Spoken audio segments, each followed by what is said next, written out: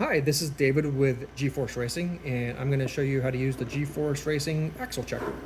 Comes in this little case, looks like this.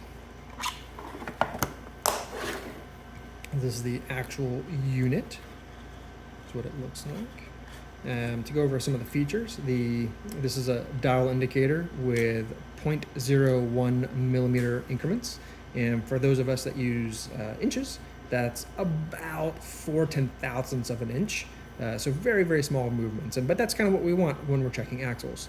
The axle is going to end up going in here, which I'll show you in just a second.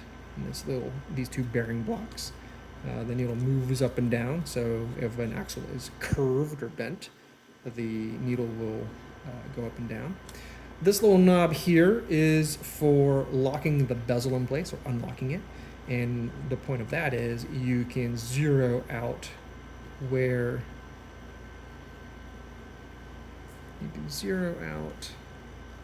the needle is.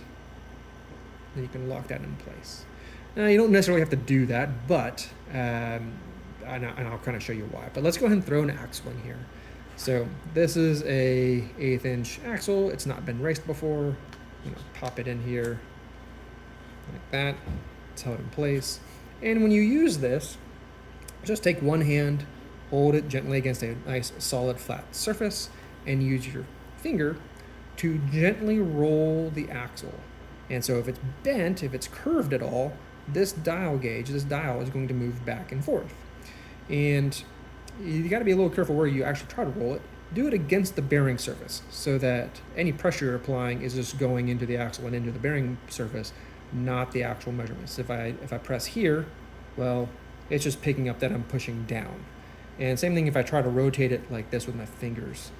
Sometimes you can make that work, but it's a lot easier to just roll it right here.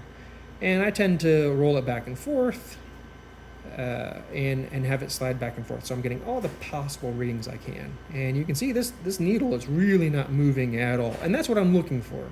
I don't want that needle to really move much.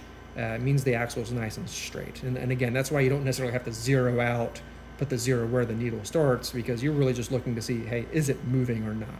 So what does it look like for an axle that has been raced? Well, here's a front axle that's been raced quite a few times. It's got a little bit of corrosion on it, some wear points.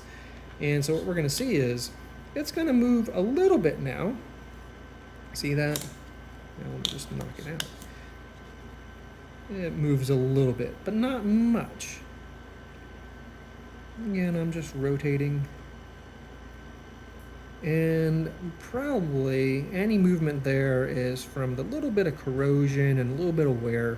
That's really not much. Again, those ticks are very small amounts of movement. So what about an axle that's like really bent? Okay, here's one that I know is bent. It sounds terrible when you try to race it. And what you'll see is, see that needle? That's really moving now. And it's also moving in a very rhythmic way. As you rotate it, it's got a high spot and a low spot.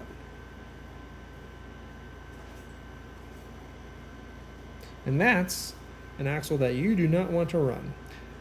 And that is how I use the GeForce Racing axle checker.